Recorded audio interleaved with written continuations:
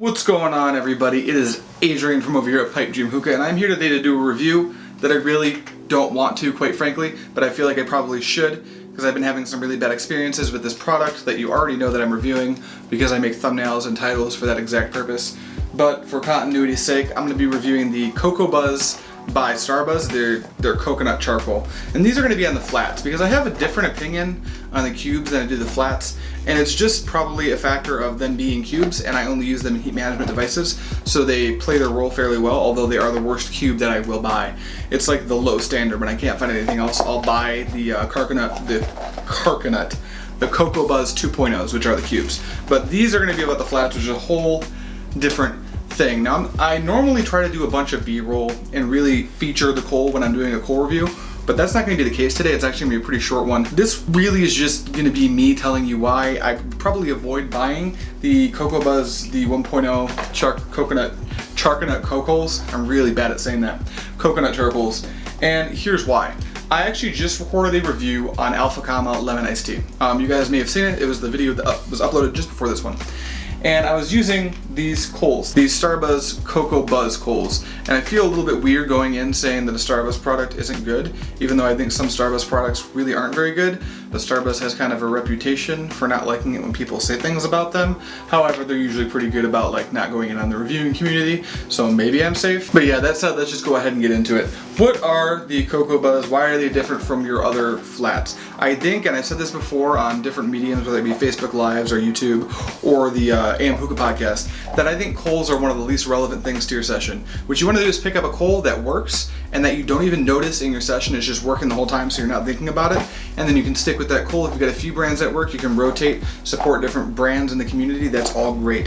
What you don't want is a coal where you immediately notice anything about the session, because if your coal's so good that you immediately notice, oh, my session's going so much better, that just means that you've been using subpar products and you just moved up a level and you're probably newer, and congratulations, welcome to the club. You are welcome here. I remember when I first got my first box of titaniums coming from Coconara. It was amazing. I am a newer smoker. I've been smoking about 3 years, but that's long enough where like about a year before I started smoking, Coconaras were still good, and I didn't know that they were bad. When I first picked up my first box of Coconaras, I had no clue.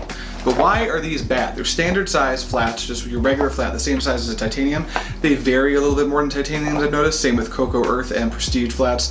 The Prestige jumbo flats are a little bit bigger, obviously, because they're jumbo flats, but like I said in my last review, they are the same size, but that's not about them. So let's move on to this and what's different. The first thing I noticed about these Cocobuzz, Starbuzz coconut charcoals is that on the burner, it's not like they ash a ton. They definitely get a film of ash around them, but as they heat up, they shrink down very quickly, and they do get that ash film that the Superior Cocos are known for getting. Except for, as much as I dislike the Greenback Superior Cocos, at least they say that it's designed to operate that way, and they're sticking by it. So you can at least give them that this is intentional.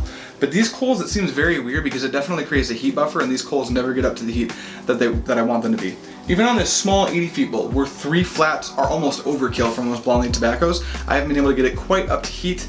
I'll take a pull off of this. These coals are pretty died down, but the clouds, even at this, them being died down this much, I don't know if you can see it very well, but they're at about, I would say 3/5 size, and it's still, you'd still get some clouds out of it. Those clouds are a little bit wispy.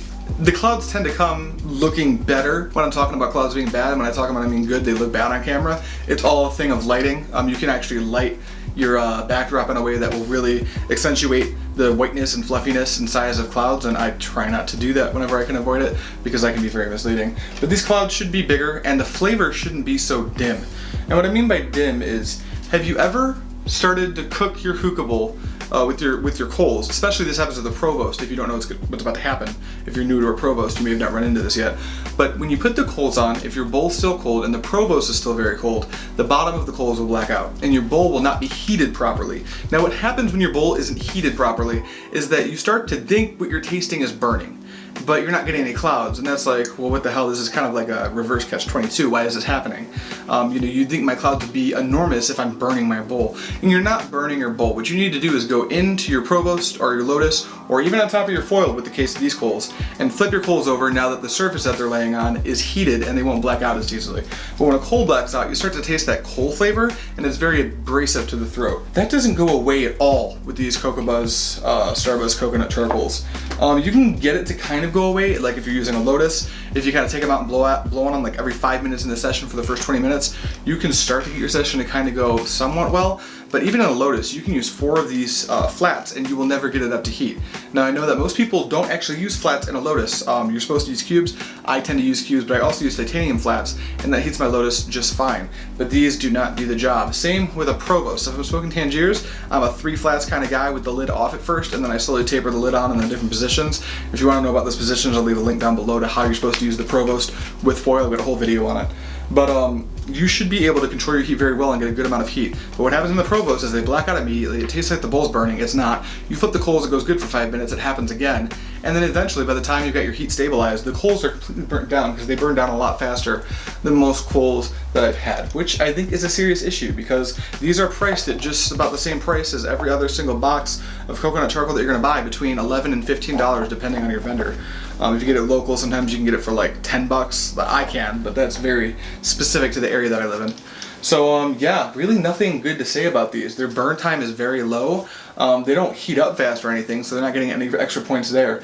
They ash like crazy, and it doesn't help them at all. It's not like they're building an effective film layer, because if the coal was hot enough with a film layer kind of even out the heat, that would be great, but the coal already burns at such a low burning temperature. And I really do think that that's an issue. It can be pretty unassuming at first, because when I first lit these up, I thought, oh, these are going to be kind of like titaniums. It seemed like they're going to be really hot, and they weren't. As far as like any redeeming qualities that this coal might have, I can't actually think of any other than they're very widely available. If you have a smoke shop or a hookah shop like I do around me, they're probably going to be in most of those shops. They're very widely available. They have Starbuzz's name printed right onto it, so they're widely distributed.